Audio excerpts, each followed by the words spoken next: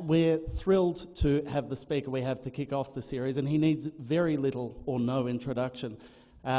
Peter Singer will be answering questions at the end of the session today. He will also be putting the video of today's session up on our website, wheelercentre.com, and we encourage you to join the conversation and actually become part of the debate and comment on it. If you have thoughts, if you have things that make you angry about it, get involved. It'd be great to have you. I'll just very briefly introduce the man who needs no introduction, because I'm all about the redundancies.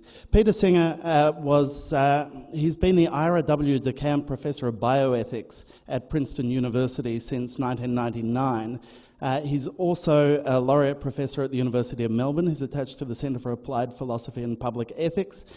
He's often referred to as a contrarian or a controversialist, but that fails to do justice to the deep and profound thinking that he does on a range of topics, and we're very privileged to have him here today. Please make him very welcome. Thank you very much, Michael, and thank you for everyone involved in putting this event together and obviously orchestrating the publicity well so that there's a great audience.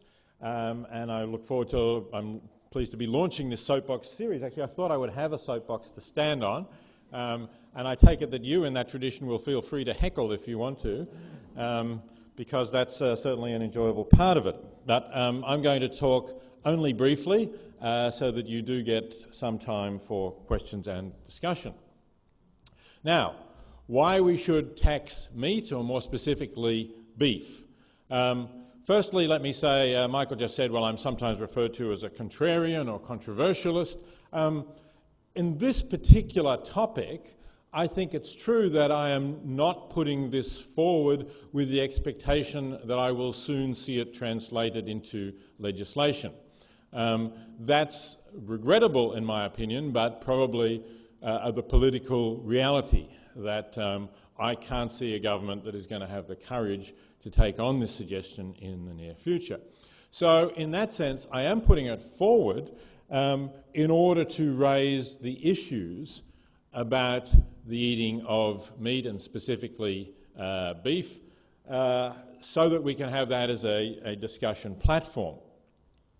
Now, you probably know that I've been associated with the animal movement for a very long time. Since 1973, I wrote my first piece about animal liberation, and the book Animal Liberation came out in 1975.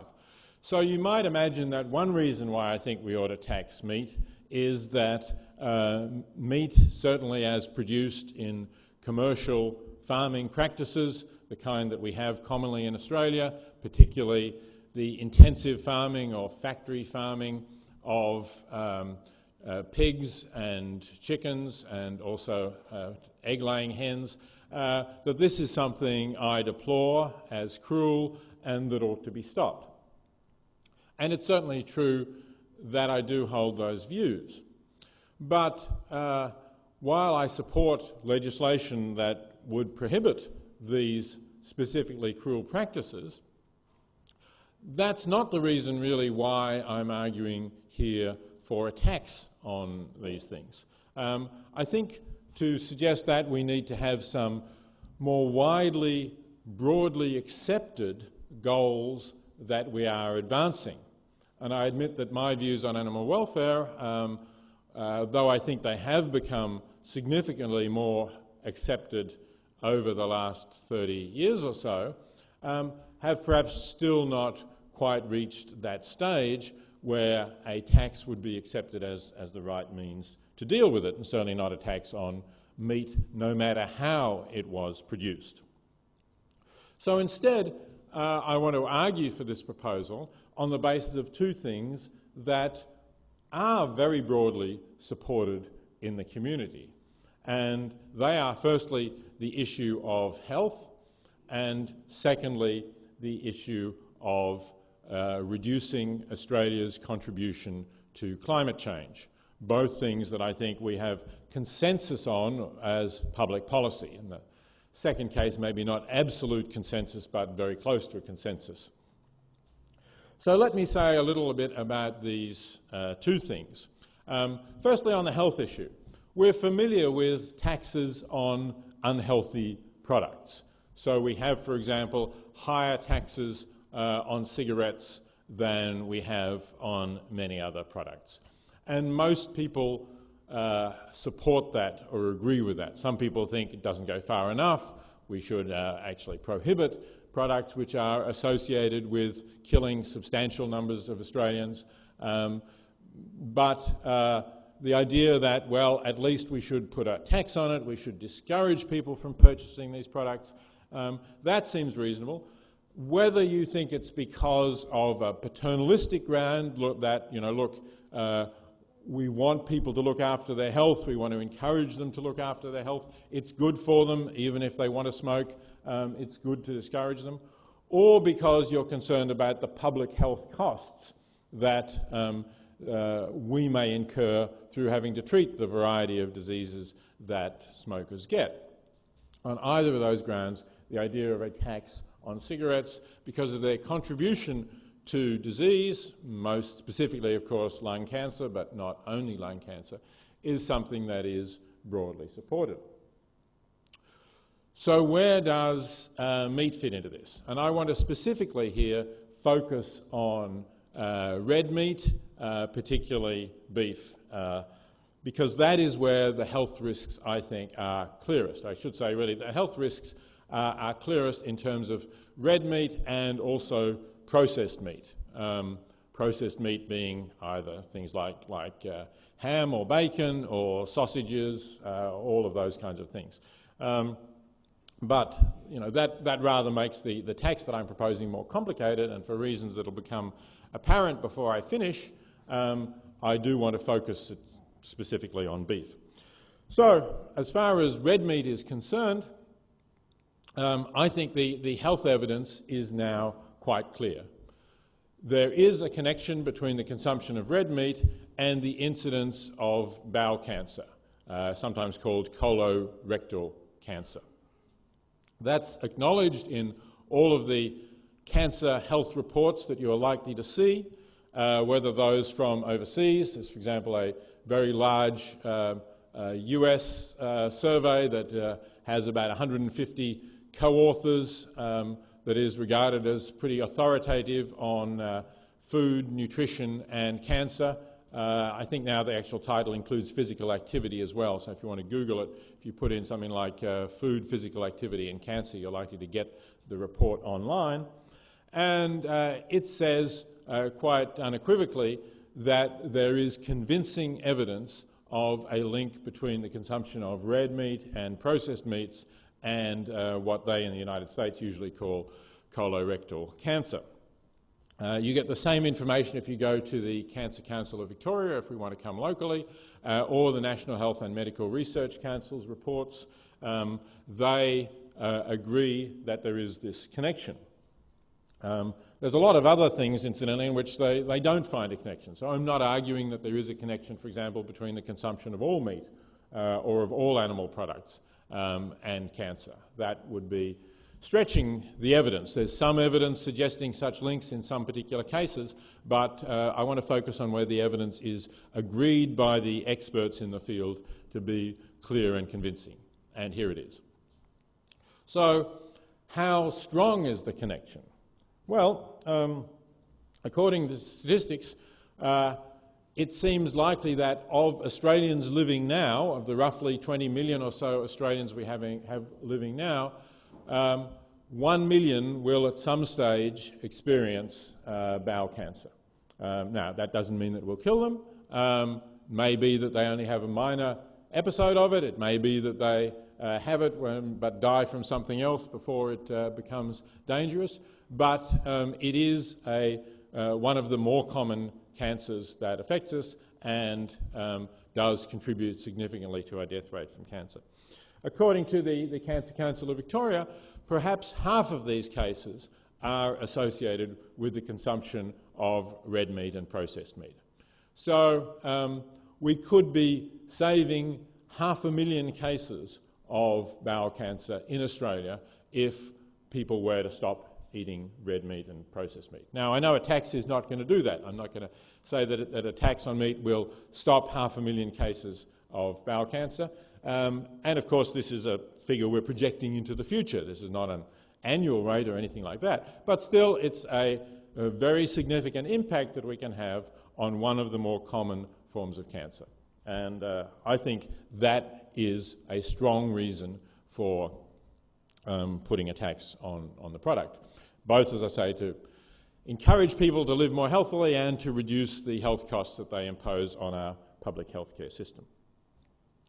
But there is also another reason, which I think in some respects is even more powerful, and that is because it is something about the way in which the consumption of red meat affects all of us, whether we choose to eat it or not. So it's not, you could say, well, look, if people, enjoy eating red meat and they're prepared to take the risk of getting bowel cancer, that's their affair. But the emission of greenhouse gases is obviously everyone's affair, not just every Australian's affair, although we as Australians have been affected by it in many respects sooner than many other countries, but the whole world's affair. And there, of course, many parts of the world are going to be affected by it in a way that imposes much greater hardship and much greater suffering than we are going to experience, because we are still a rich country that can adapt to the diminishing rainfall that we've been experiencing over the last decade or so in southern Australia. But you imagine a similar change in rainfall patterns occurring in sub-Saharan Africa, particularly in the more arid regions of Africa, or for that matter, not just sub-Saharan places like Ethiopia and Sudan as well. And it's easy to see that we can have tens or even hundreds of millions of people who no longer have the means to grow their own food. And without that, of course, simply have to become refugees or die. The Intergovernmental Panel on Climate Change, in its fourth assessment report, predicts that as many as 250 million people could become climate refugees in Africa by 2050, I think the year was for that prediction. So we're going to have very serious consequences for the world as a whole. I could go on for the rest of my time simply outlining those consequences, but I think they're probably familiar to most of you. What may not be so familiar to you is the contribution that ruminant animals make to greenhouse gases. Ruminant animals, of course, animals basically that chew the cud, of which in Australia cattle are the largest share, although sheep are also ruminant animals, and what I say could well apply to sheep, lamb as well. Ruminant animals produce methane as part of their digestive process, and this is where we get the fart jokes beginning. In fact, they belch a lot of methane as well. It comes out both ends, but we needn't go into the details about where it comes out. They do produce, inevitably, a lot of methane. And methane is an extremely potent greenhouse gas. Now, the United Nations Food and Agriculture Organization came out a couple of years ago with a report that surprised many people by saying that worldwide livestock produces more greenhouse gas emissions, makes a bigger contribution to climate change than the entire transport sector, than all of the cars and buses and even planes and ships that we have moving things around the world. That surprised people. Other people who favoured the idea of eating locally were surprised with another statistic which said that the average American could make a greater contribution to reducing his or her carbon footprint by eating vegetarian just one day a week than they could by buying local for their entire food purchases. So cutting out meat is much more important from a climate change point of view than buying locally. But I think that all of these figures actually underestimate the contribution that methane makes to the atmosphere. Why do I say that? Well, because the Food and Agriculture Organization report and a number of other reports that I've seen talk about the contribution that methane will make to heating up the planet for the next century. Now, methane, as compared to carbon dioxide, breaks down much more quickly in the atmosphere. So if we take the methane that a cow emits this year, it will have an impact in warming the planet, a significant impact for the next 10 years, a declining impact for the next 10 years, and virtually no impact after that. In other words, the impact is all in the next 20 years. If we talk about the carbon dioxide that a coal-fired power plant emits, it's going to be up there for, most of the carbon dioxide will be up there for a century or so. So if you compare the impact that a power plant and a cow makes on global warming for a century, then you're weighting the impact of the power plant more because the cow's impact is more short-lived. But I don't think we have a century to reduce the impact of global warming. All of the experts, people like Tim Flannery in his recent Now or Never book, point out that we're in grave danger of getting into an irreversible pattern where we set feedback loops in motion that we can no longer ever stop. For example, the ice in the Arctic Sea melts. Therefore, we no longer have ice up there reflecting back the heat of the sun. Instead, we have the dark blue sea absorbing the heat of the sun. So the sea gets warmer, so more ice melts, so more absorption. This is a feedback loop that has already started. There are others, like the release of methane from the permafrost in Siberia. So we're in real danger of passing a now or never point, a point of irreversibility, where whatever we do, the climate of this planet changes irreversibly and spirals into a warmer and warmer cycle. That's why 20 years is, I think, the outer limit of what we should be talking about in terms of trying to stop the planet warming. And if you talk about the contribution that a cow makes over 20 years rather than a century, you more or less triple the impact of the methane. So the Food and Agriculture Organization in that report said that methane is 25 times as potent per kilo released as carbon dioxide.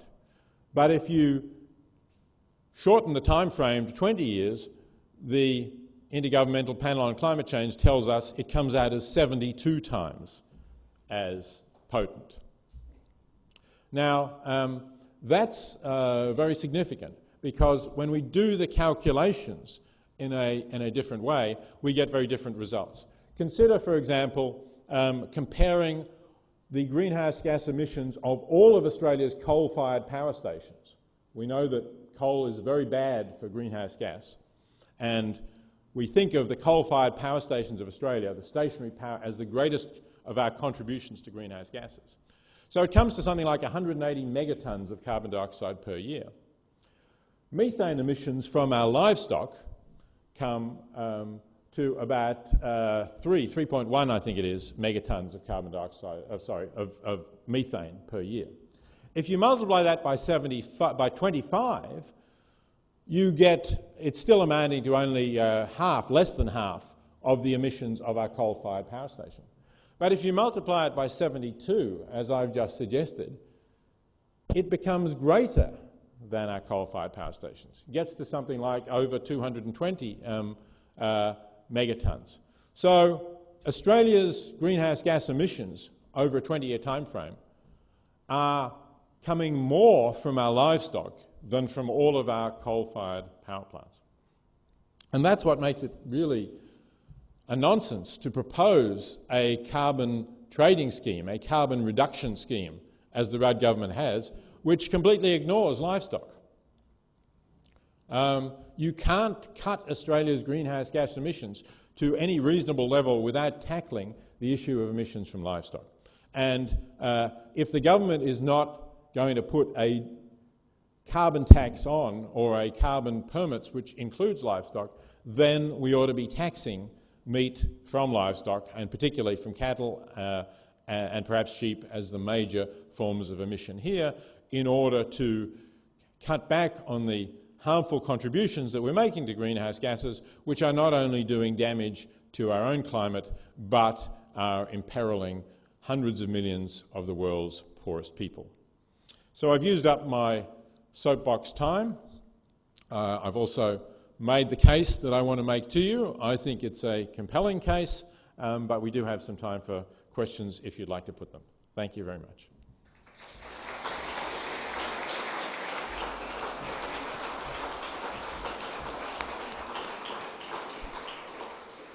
Obviously, it's a very full room. There are a couple of roving mics, so if you put your hand up, we will try and get to you. Typically, the Lunchbox Soapbox session will be over within 20 minutes, but we feel that to kick it off, it's great to get this conversation going as much as we can. If you have to leave, do so quietly, and we will try and see your hands in the midst, so don't be shy. There's one down here to kick us off, I think. Thank you. Yes, my name's Andrew Syme. One of the issues raised in a recently published and very popular book called Freakonomics was about the issue of changing human behaviour. And I just wondered whether there were any other alternatives to a tax, which I think would probably have a profound effect if it was big enough and high enough. Any other alternative mechanisms have been considered to actually change human behaviour and therefore achieve the objective which you've been alluding to? Well, I'm open to any suggestions, on this issue, whatever works, basically. So clearly, I'm trying to change your behaviour by talking to you about the issue, and I hope that you will talk to others about it, and that will spread. This is going to go up on the internet. A lot of people can see it that way. Talking about it is one way of doing it, and the fact that there is a health argument here. I've been reluctant in talking about animal issues to bring in health arguments because I don't think they're always clear-cut enough. But I think on this issue the health argument is quite clear-cut. So I hope that will help as well. But I'm open to any other suggestions that people have. I don't have any particular tricks up my sleeve beyond the things that I've mentioned.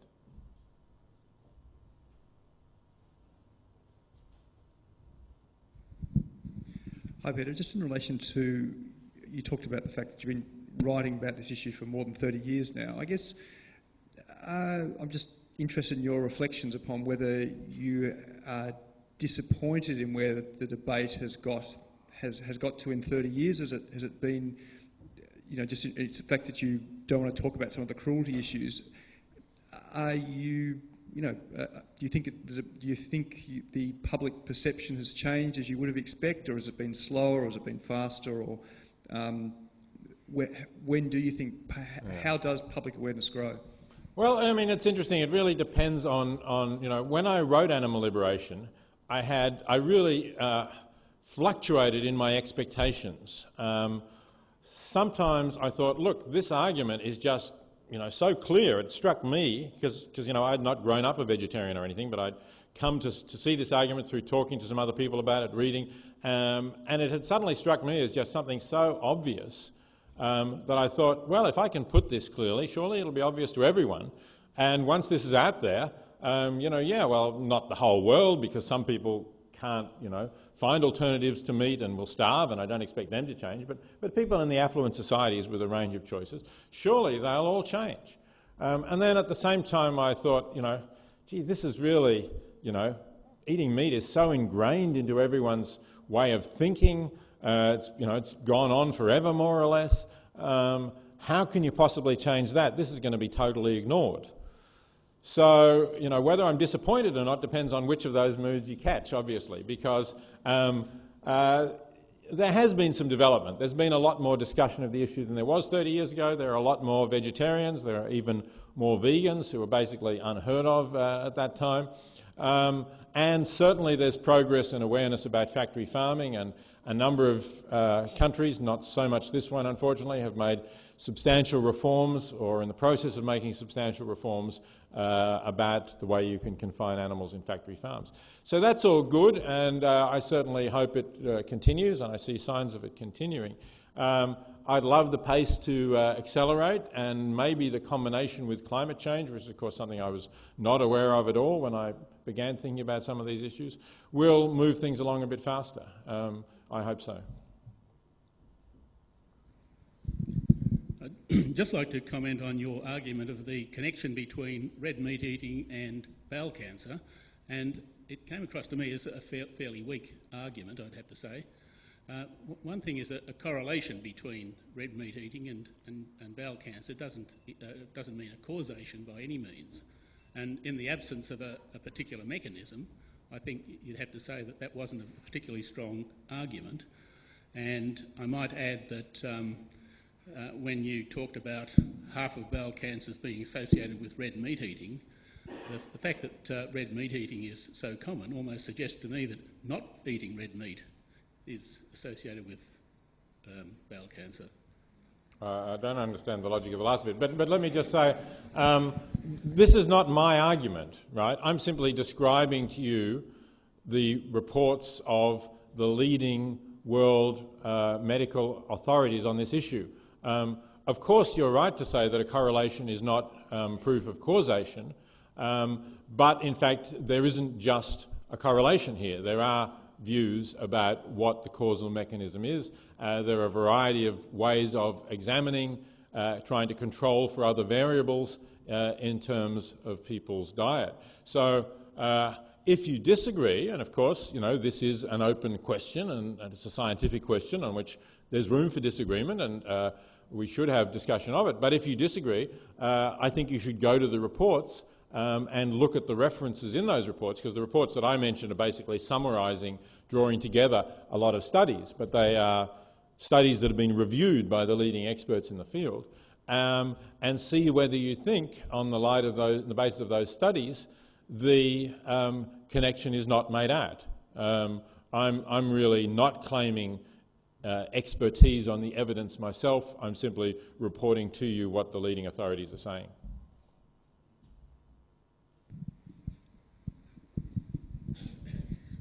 Thanks. If your idea of a beef tax were taken up, I just wonder if you've given any thought to the future of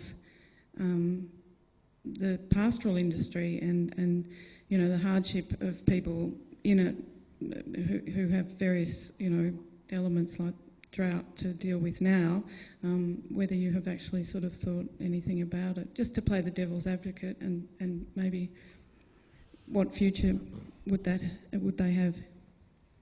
Look, it's very difficult to tell people who are making a living in a way that they have been brought up to think of as acceptable, decent, useful way of making a living, sometimes particularly if it's associated with the land and they've come from families that have done this.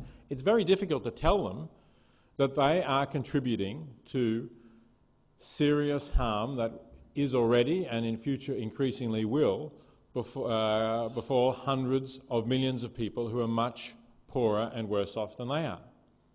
But that seems to me to be the fact. And, you know, unless someone can come up with a kind of magic bullet to prevent cattle emitting methane, I just think we have to accept that there is no future. In the long run, there is no future for the grazing industry, the beef industry in particular. Now, in fact, talking of magic bullets, CSIRO has some work going on to try and find some feed additive that would reduce methane emissions in cattle.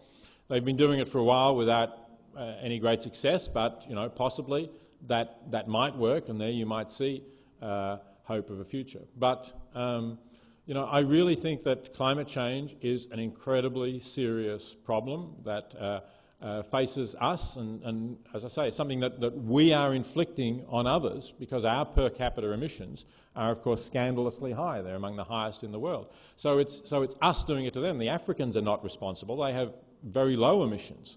But we are inflicting this on them. The President of Uganda said a couple of years ago, you industrialised nations are committing aggression against us by your climate change. I don't think that's really too far-fetched. I mean, the intention is different, but the consequences are not really worse than if we were waging aggressive war against them. So I think we do have to stop.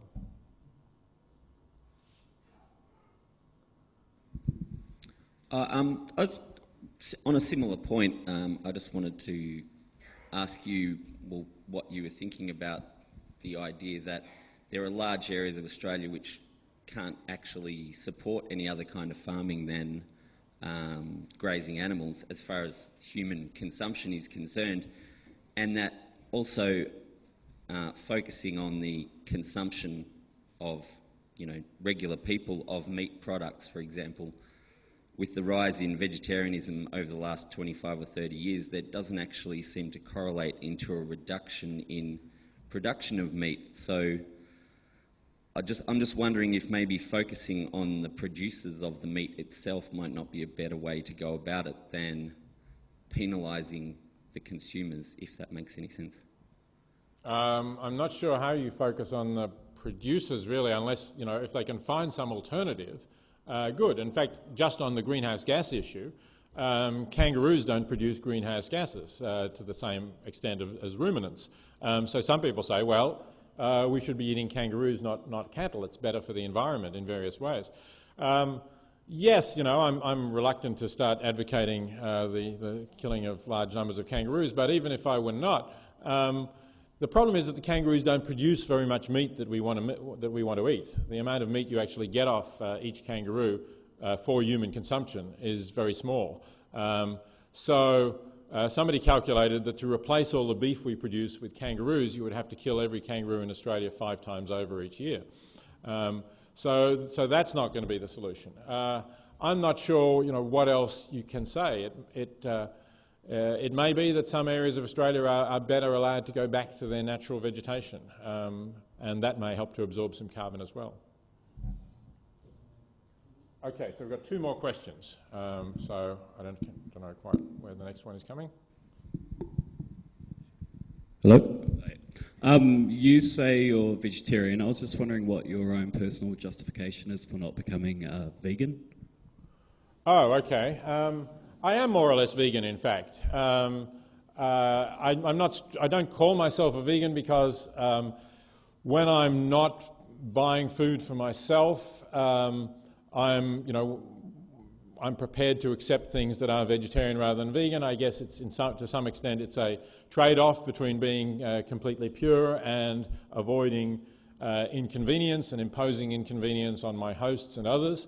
To some extent, I guess I'm also aware of the fact that I want more people to change their diet. And for a lot of people who are still eating meat, to say, well, look, you've got to become vegan, otherwise don't bother, is a bit too much of a leap all at one step. And I certainly didn't make that step either. I was vegetarian for many years before I started to remove the dairy and egg products from my diet. And I'm still, I should say, not that concerned about free-range eggs. I mean, if you get eggs from free-ranging hens, I think at least the hens have a decent life, even if it's a shorter life than they would naturally have. So I think that particular argument is not as clear-cut. But I do agree that the dairy industry is one that can be condemned both on animal welfare grounds because of the necessary separation of the mother and her calf, and also on greenhouse grounds, of course, because dairy cattle emit methane as well.